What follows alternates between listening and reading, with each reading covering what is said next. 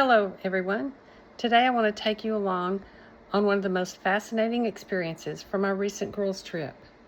I'm going to take the camera off of me, post pictures of the trip, and I'll tell you about the pictures as we go along.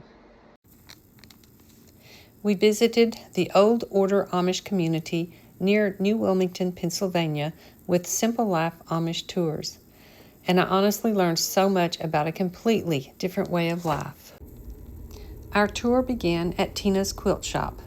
As someone who loves quilting and sewing, this was my idea of heaven. I found beautiful handmade quilts, pot holders, rugs, toys, and many other handcrafted items. I had secretly hoped I'd get to watch some Amish women quilting, but that didn't happen this time. I did learn something interesting, though. Since they don't use electricity in their homes, many of the women moved their treadle sewing machines onto the porch where they can sew using natural sunlight. This family lived upstairs while the downstairs served as their business, which happened to be the store that we stopped at. It was another reminder of how closely work and family life are connected in the Amish culture. They believe in living a simple life centered around faith, family, and hard work. They avoid most modern technology and instead travel by horse and buggy. Their homes often use gas-powered appliances and lanterns instead of electricity. The only light inside the store came from the gas lantern. Another store we stopped at had a gas-powered refrigerator where we bought cold drinks. One thing that surprised me was the size of their homes. They're much larger than I expected. That's because they hold church services and they rotate from home to home throughout the community. Each family hosts worship about once a year, so the homes need enough room for many people. Generally, there are about 100 people in attendance. Before it's their turn, families spend weeks cleaning, preparing, and often repainting their homes.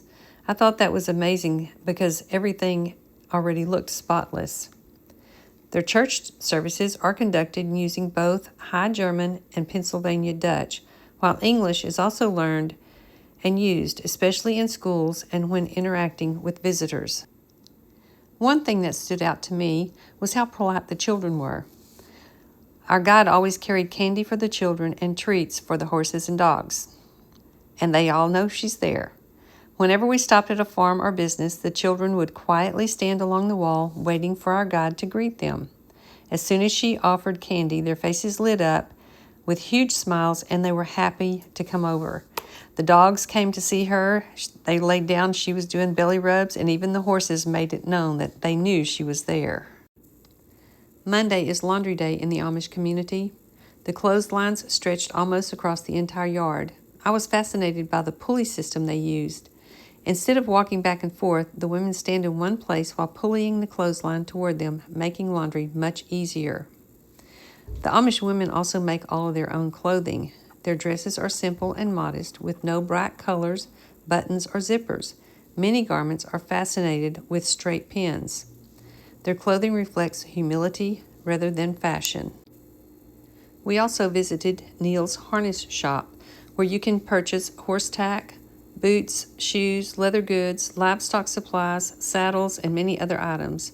The craftsmanship was incredible, and they were very friendly and easy to visit with and learn more about their community. The horse-drawn buggies in this community are tan, although buggy colors may vary among Amish settlements. Rather than having phones in every home, shared phone booths are scattered throughout the community. Today, many contain basic cell phones instead of traditional landlines, allowing families to communicate when necessary while still limiting technology. I will say that their phone booths reminded me of outhouses. Education is another area where Amish life is very different. Children attend a one-room schoolhouse through the 8th grade. After that, they begin learning practical skills by working alongside their parents.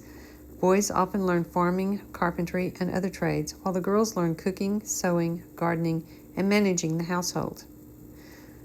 As parents grow older, it is common for one of their children to build a small home nearby so they can remain close to family while maintaining their independence. Although it wasn't part of our guided tour, we also stopped at Dan's toy shop on our own. I was absolutely amazed by the beautiful handcrafted wooden toys and furniture. The quality and attention to detail were some of the best I've ever seen. What impressed me most wasn't just the craftsmanship, it was the peaceful pace of life. The focus on faith, family, community, and quality instead of speed.